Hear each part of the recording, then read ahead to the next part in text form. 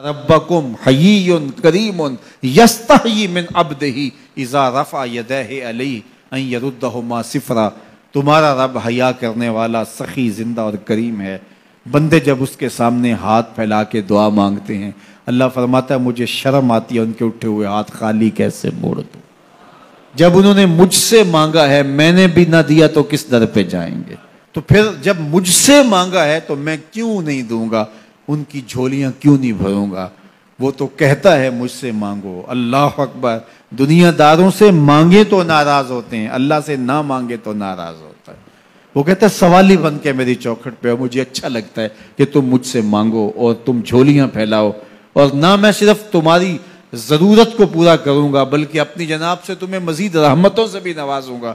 تمہارے اٹھے ہوئے ہاتھوں کی میں لاج رکھوں گا. تم طلب تو کر کے دیکھو. لازمی نہیں ہے کہ تمہیں مانگنے کا بڑا سلیقہ آتا ہو میں پھر دوں گا. شکستہ اور ٹوٹے پھوٹے لفظوں سے مانگو پھر بھی جھولی بھر دوں گا. وہ کریم ہے, اس سے مانگو تو صحیح, ہاتھ تو پھیلاؤ. جس زبان میں مانگنا آتا ہے مانگو. عربی میں مانگو, ہندی میں مانگو, سندھی میں مانگو, پنجابی میں مانگو, نظم میں مانگو, نثر میں مانگو, اقبال کے لہجے میں مانگو, رومی کی طرز پہ مانگو, سادی کے انداز میں مانگو. نہیں مانگنا آتا خالی ہاتھ پھیلا دو, وہ بند لبوں کی بولیاں بھی سنتا ہے. آؤ تو صحیح اس کی چوکھٹ پہ, جھولی تو پھیلاؤ. زلیخا بت کے آگے ہاتھ جوڑے کھڑی تھی اور کیا کہہ رہی تھی, یا صنمی یا صنمی, اے میرے بت مجھے بچھڑا ہوا یوسف ملا دے. اس کا اعتقاد تھا کہ یہ مجھے دیتا ہے اور وہ ہاتھ جوڑے کھڑی تھی. لیکن وہ پتھر کا مادو بلا اس کی کیسے فریاد سنتا. لیکن وہ روزانہ کھڑی ہو جاتی تھی, دعائیں مانگتی تھی, یا صنمی اے میرے بت مجھے بچھڑا ہوا یوسف ملا دے. زندگی گزرتی گئی, لیل و نہار کروٹیں کھاتے گئے, عمر ڈھلنے لگی, چہرے پہ جھریاں ابھرنے لگی. وہ روزانہ سر شام ہاتھ جوڑتی اور بیٹھ جاتی لیکن کوئی جواب نہ آتا. ایک دن رات کا پچھلا پہر تھا, یا صنمی کا وظیفہ چل رہا تھا.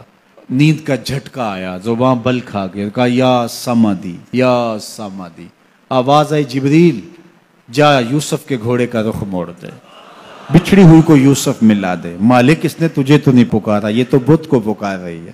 وہ تو زباں بل کھا گئی اور یا صنمی کے بجائے یا سمادی کے لفظ آگے. کہا جانتا ہوں, لیکن اتنا عرصہ ہوا بت کو پکارتے ہوئے اس نے کوئی جواب نہیں دیا.